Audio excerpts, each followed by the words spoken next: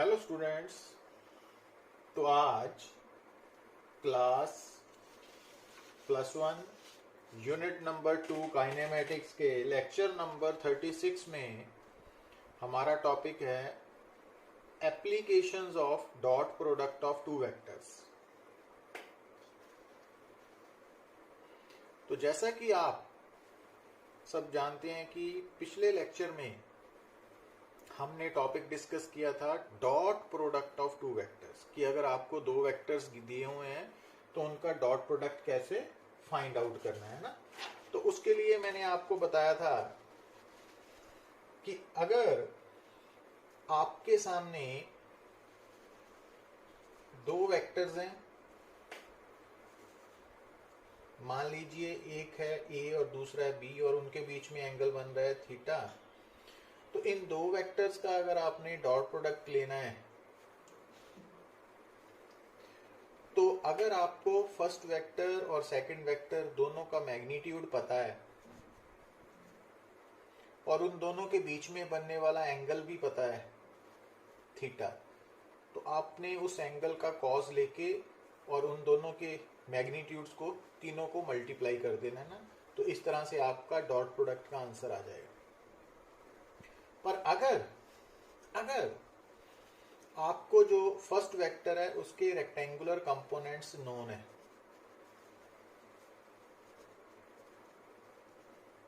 और second vector के भी रेक्टेंगुलर कंपोनेंट्स नोन है, गिवन है,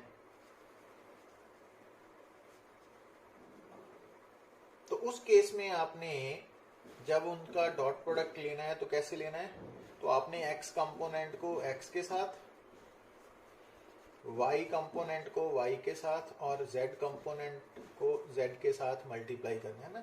मींस पहले वेक्टर के x कंपोनेंट को दूसरे वेक्टर के x कंपोनेंट के साथ, पहले वेक्टर के y कंपोनेंट को दूसरे वेक्टर के y कंपोनेंट के साथ, पहले वेक्टर के z कंपोनेंट को दूसरे वेक्टर के z कंपोनेंट के साथ मल्टीप्लाई करके ऐड कर देना है ना। तो इस तरह से आपको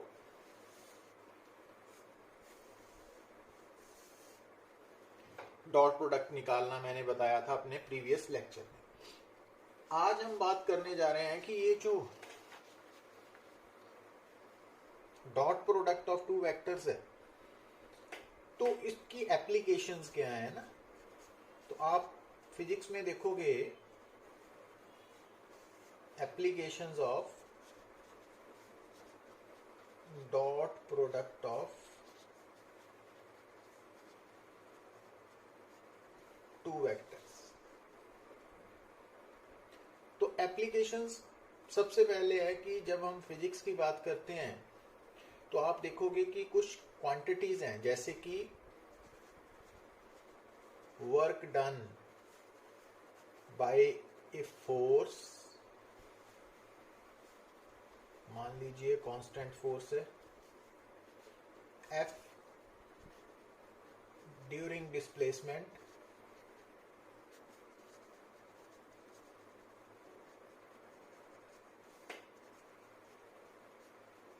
डेल्टा। तो वो कैसे निकलता है कि आप फोर्स और डिस्प्लेसमेंट का डॉट प्रोडक्ट लेते हो ना। मतलब ये रिजल्ट आपको याद रखना पड़ेगा कि अगर मान लीजिए आपको फोर्स वेक्टर गिवन है, डिस्प्लेसमेंट वेक्टर गिवन है और आपसे पूछा जाए कि calculate work done by the force, तो आपने क्या करना है, आपने फोर्स और डिस्प्लेसमेंट दोनों का डॉट प्रोडक्ट लेना है ना। इसी तरह से power of a force F कैसे निकालते हैं, फोर्स एंड वेलोसिटी का डॉट प्रोडक्ट, ठीक है ना।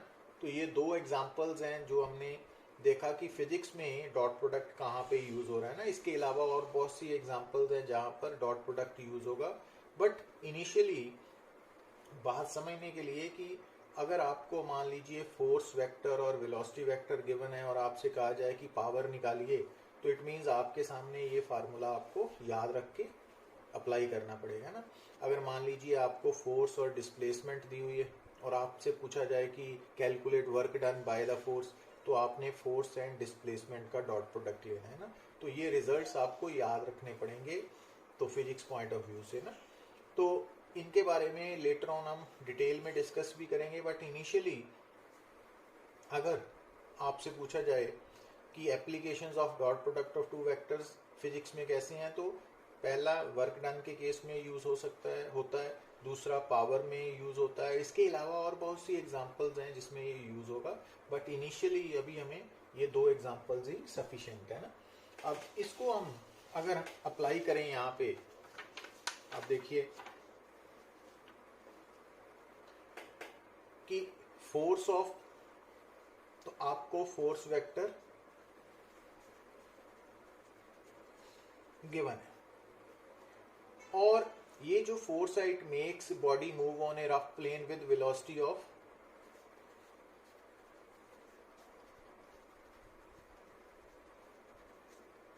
तो पावर निकालनी है ना हमने। तो अब इसके लिए आपके माइंड में कौन सा फार्मूला आएगा, F डॉट V। अब यहां दूसरी बात क्या नोट करनी है कि यहां पर 6 क्या है, Fx की वैल्यू, 7 क्या है, Fy की वैल्यू, और यहां पर k कैप नहीं ना गिवन, तो इट मींस 0 है। और इसी तरह यहाँ वेलोसिटी का x component i cap missing है तो 0 है, y कंपोनेंट वेलोसिटी का 4 है, और z कंपोनेंट 3 है ना। तो अब यहाँ पे आपको क्योंकि फोर्स और वेलोसिटी के रेक्टेंगुलर कंपोनेंट्स दिए हुए हैं, तो आपने ये वाला फार्मूला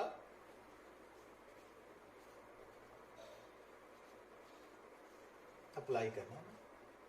अब 6 0 7 4 0 3, तो ये तो 0 हो गया ना।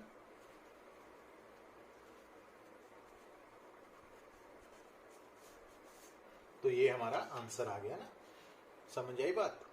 तो इस तरह से हमने ये सॉल्व करना है ना। अब देखिए कि जैसे सेकंड न्यूमेरिकल में a particle moves from position R1 to position R2 under the action of force, तो आपको फोर्स दी हुई है ना,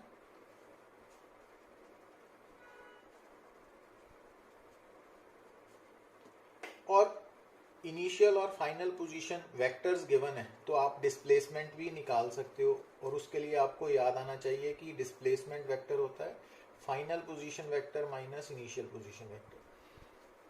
तो जब आप फाइनल पोजीशन वेक्टर से इनिशियल पोजीशन वेक्टर माइनस करोगे तो आंसर क्या आएगा, है ना। मैं डायरेक्ट लिख रहा हूं ना, वैल्यू सब्स्टिट्यूट कर सकते हो आप।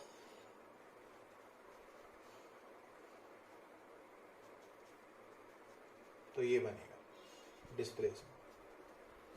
तो अब ये 4 क्या है, Fx, और j कैप का कॉफिशिएंट 1 है ना, तो y 1 है, और k कैप का कॉफिशिएंट 3 है, तो z कंपोनेंट 3 है ना। इसी तरह यहाँ पे ये 11 क्या है, डिस्प्लेसमेंट का x कंपोनेंट, डिस्प्लेसमेंट का y कंपोनेंट, z कंपोनेंट है ना। अब वर्क डन निकालने को बोला है ना उसने आपको, तो वर्क डन क्या होगा, F डॉट, क्योंकि ये फार्मूला याद रखना पड़ेगा आपको कि अगर फोर्स और डिस्प्लेसमेंट मालूम हो तो वर्क डन फोर्स और डिस्प्लेसमेंट का डॉट प्रोडक्ट। तो अब यहाँ पे क्योंकि आपको रेक्टेंगुलर कंपोनेंट्स दिए हुए हैं, तो आपने यहाँ पे ये वाला फार्मूला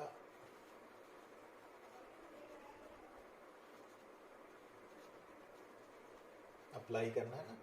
अब यहाँ पे 4 11 1 इंटू 11 3 इंटू 15 है ना, 44 प्लस 11 प्लस 45,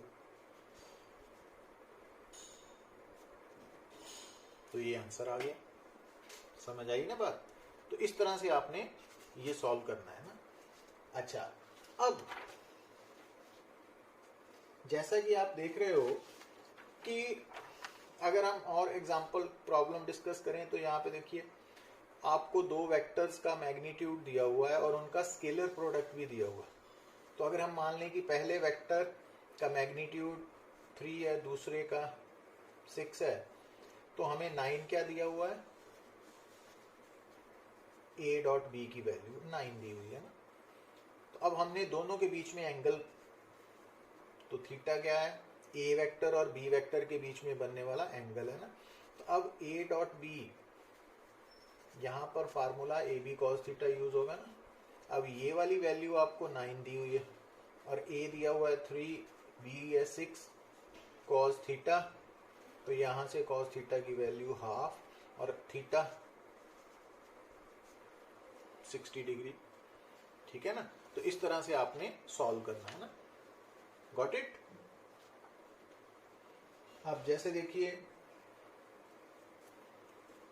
कि मान लीजिए कि हमने इस प्रॉब्लम को सॉल्व करना है। अब इसमें देखने वाली बात क्या है कि अब आपको ये समझ होनी चाहिए, क्योंकि हम वेक्टर्स के बारे में ऑलरेडी डिस्कस कर चुके हैं।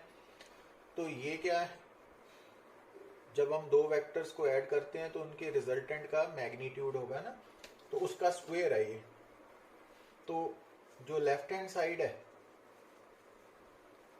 उसमें जो फर्स्ट टर्म है वो क्या होगी, याद है ना आपको, mod of A vector plus B vector क्या होता है, under root A square plus B square plus 2ab cos theta. अब इसका स्क्वायर है ना, तो ये बन गया A square plus B square plus 2ab cos theta minus mod of A vector minus B vector क्या होता है, मालूम है ना आपको, सब्ट्रैक्शन का रिजल्टेंट वो क्या है, under root A square plus B square minus 2ab cos theta.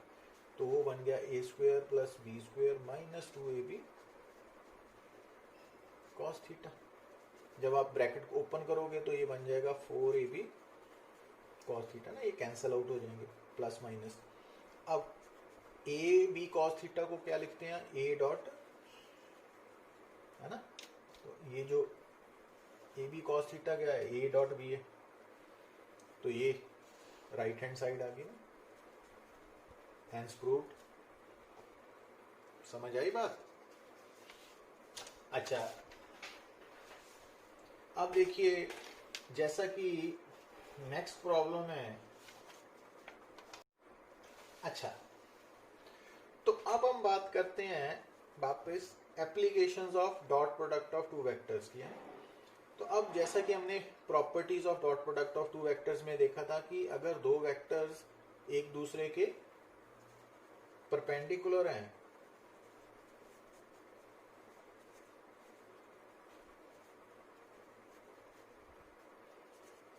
तो उनका डॉट प्रोडक्ट 0 होगा।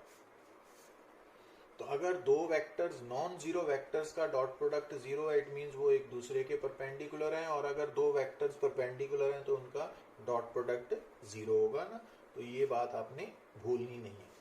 तो अब देखिए, अब इस बात को जब हम यहाँ प्रैक्टिकली अप्लाई करने जा रहे हैं, अब देखिए यहाँ पे कहता है कि A एंड B अगर परपेंडिकुलर हैं तो as A vector is perpendicular to B, आप परपेंडिकुलर भी बोल सकते हो, आप ऑर्थोगोनल वेक्टर्स भी बोल सकते हो ना। तो अगर A और B परपेंडिकुलर हैं तो इसका मतलब A vector dot B vector 0 होगा ना। अब यहाँ पर आपको ये क्या है, AX है, ये AY है और AZ 1 है ना, ठीक है ना। इसी तरह ये BX है, ये BY है और ये BZ है। अब यहाँ पे क्योंकि आपको रेक्टेंगुलर कंपोनेंट्स दिए हुए हैं तो आपने AX BX plus AY BY plus AZ BZ है ना, इसको यूज करना। अब यहाँ पे AX है 2 और BX है 4, AY है A और BY है -2, AZ है 1, BZ है -2, 8 - 2A -2 is 0, 6 - 2A 0, 2A 6, तो A रिक्वायर्ड आंसर आ गया ना। समय लगी बात। तो इस तरह से हमने सॉल्व करना है ना। अब देखिए थर्ड केस, जैसा कि हम जानते हैं कि अगर दो वेक्टर्स ए एंड बी हैं तो एक तो उनका डॉट प्रोडक्ट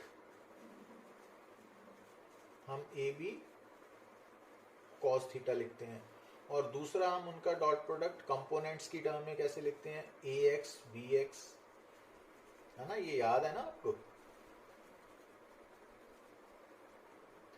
तो अगर लेफ्ट हैंड साइड दोनों की, तो यहां से अगर इक्वेट करें तो कॉस थीटा की value A B cos theta इसके बराबर हो गया, तो कॉस थीटा क्या हो गया A X B X plus A Y V Y plus A Z V Z by A B. तो यहां पे थीटा क्या है, angle between the two given vectors. तो अब इस कंसेप्ट को हम यहाँ पे न्यूमेरिकल में जब अप्लाई करते हैं, देखिए कि अगर आपको दो वेक्टर्स दिए हों in terms of rectangular components और पूछा जाए कि एंगल फाइंड आउट करिए बिटवीन दैट टू वेक्टर्स, तो आपने कैसे करना है, तो ये वाला फार्मूला सूट करेगा ना आपको, ये वाला, ठीक है ना। तो अब यहाँ पर क्योंकि हमें ए और बी रेक्टेंगुलर कंपोनेंट्स दिए हुए हैं, तो यहाँ पे हम अप्लाई करेंगे cos theta is equal to, where theta क्या है, angle between A and B, ये लेट थीटा की है बी द एंगल बिटवीन, तो cos थीटा की वैल्यू क्या होगी A X B X plus A Y V Y plus A Z B Z over A B, है ना। अब यहां ध्यान दीजिए, अब ए एक्स की वैल्यू 1 है ना और बी एक्स की वैल्यू -1 है, ए वाई की वैल्यू 2 है, बी वाई की वैल्यू 1 है, ए जेड की वैल्यू -1 है और बी जेड की वैल्यू -2 है। अब ये क्या है, ये क्या है, ये इस वेक्टर का मैग्नीट्यूड है। अब आपको याद आना चाहिए, हमने वेक्टर्स में किया हुआ है ना कि अगर आपको रेक्टेंगुलर कंपोनेंट्स मालूम हो तो आप उस वेक्टर का मैग्नीट्यूड कैसे निकाल सकते हो, ए x square plus A Y square plus A Z square under root, है ना। और इसी तरह, है ना, समझ आनी चाहिए बात आपको। तो ये सारे पिछले रिजल्ट्स भी आपको याद रखने पड़ेंगे ना, साथ साथ चलेंगे ये। तो अगर आप इनको भूलते हो फिर प्रॉब्लम फेस करते हो आप लोग।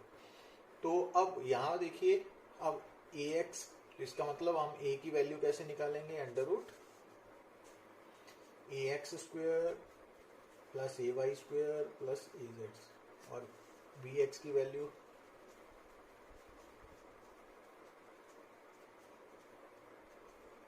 अब ये ऊपर वाला बन गया -1 +2 +2 और नीचे 1 स्क्वेयर प्लस 4 + 1 तो √6, ये भी √6। अब ऊपर 3 है और नीचे 6 आ गया तो हाफ, तो cos थीटा अगर हाफ है तो थीटा की वैल्यू 60 डिग्री आ गई। तो इस तरह से आप, अगर आपको दो vectors in terms of rectangular components दिए हों तो आप उन दोनों के बीच में एंगल निकाल सकते हैं ना। तो ये याद रखना है आपको, ठीक है ना ये बात। तो ये कंसेप्ट हमने, अब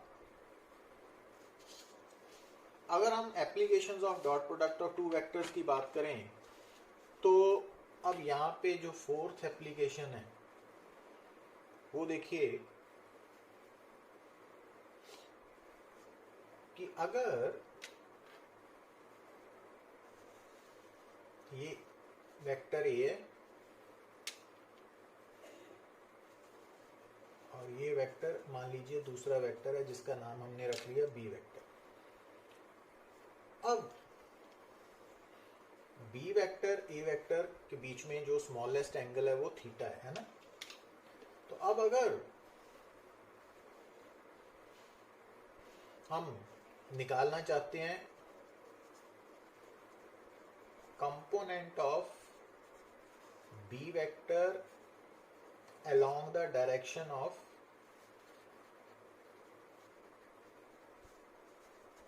ए वेक्टर, है ना, तो उसके लिए हम क्या करते हैं कि क्योंकि हमने कंपोनेंट निकालना है बी वेक्टर का along the direction of A vector, तो हम बी वेक्टर के हेड से ए के ऊपर परपेंडिकुलर ड्रॉ करेंगे ना, ठीक है। तो अब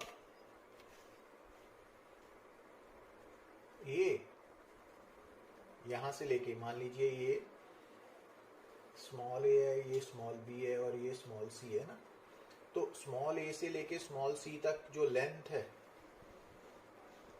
ठीक है ना, वो तो होगी बी कॉस थीटा ना, क्योंकि ये राइट एंगल ट्राइंगल है। तो इसमें ये हाइपोटेन्यूज है, इस हाइपोटेन्यूज की लेंथ कितनी है, बी, अकेली बी, बी वेक्टर नहीं, मैग्नीट्यूड ऑफ बी वेक्टर ना, और ए सी बेस है ना, तो बेस क्या होगा, हाइपोटेन्यूज इंटू कॉस थीटा, तो वो वाला फार्मूला आ गया। तो ये हमने किया हुआ है वेक्टर्स वाला ना, अगर आप भूल रहे हो तो आप वो पीछे वाले मेरे यूट्यूब चैनल पे ना लेक्चर्स को दोबारा देख सकते हो ना, तो ये बहुत इंपॉर्टेंट टॉपिक है। अब ये वाला जो ए सी वेक्टर है, इसका मैग्नीट्यूड तो बी कॉस थीटा है, बट इस ए सी वेक्टर की जो डायरेक्शन है वो ए वाली है ना, तो इट मीन्स ए कैप। तो इट मीन्स जो ए सी वेक्टर है ना, वो क्या है, component of B vector along the direction of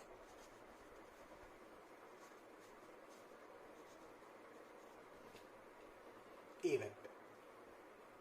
अब क्योंकि A vector dot B vector होता है ए बी कॉस थीटा, तो फिर बी कॉस थीटा क्या हो गया, A vector dot B vector by A. अब ए वेक्टर डिवाइडेड बाय ए,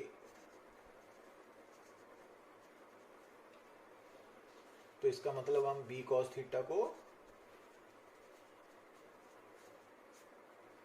और ये सिमिलरली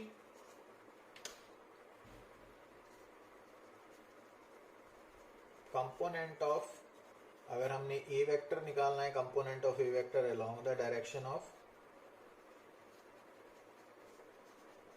बी वेक्टर, तो आपने क्या यूज करना है, यहाँ पे आप टर्म्स को आपस में बदल लेंगे ना, तो B cap dot A vector into,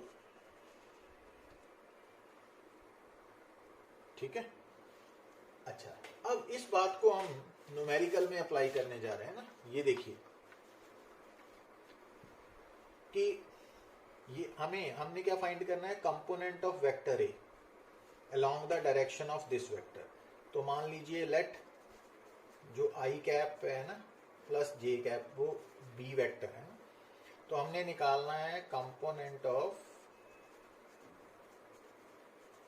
A vector along the direction of B vector. तो वो क्या बनेगा,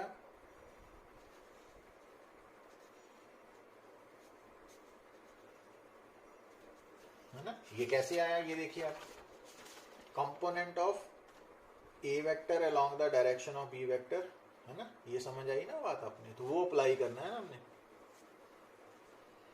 अब इसके लिए आपको एक तो जरूरत है बी कैप वेक्टर की ना, दूसरा ए वेक्टर। तो ए वेक्टर तो आपको ये दिया हुआ है ना, तो सबसे पहले हम बी कैप कैसे निकालेंगे,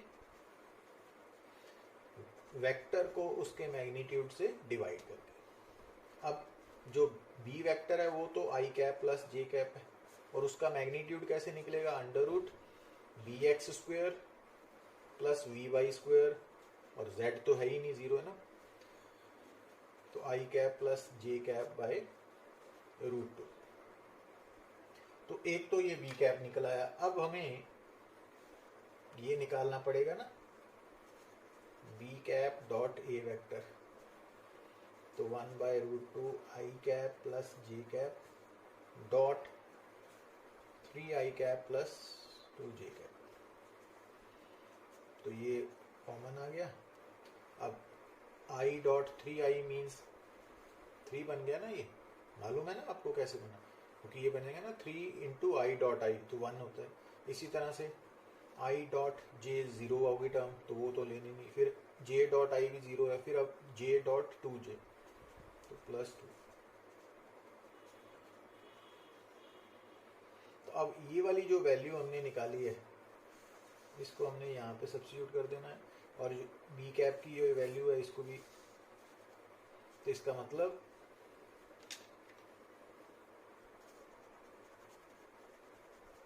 component of A vector along the direction of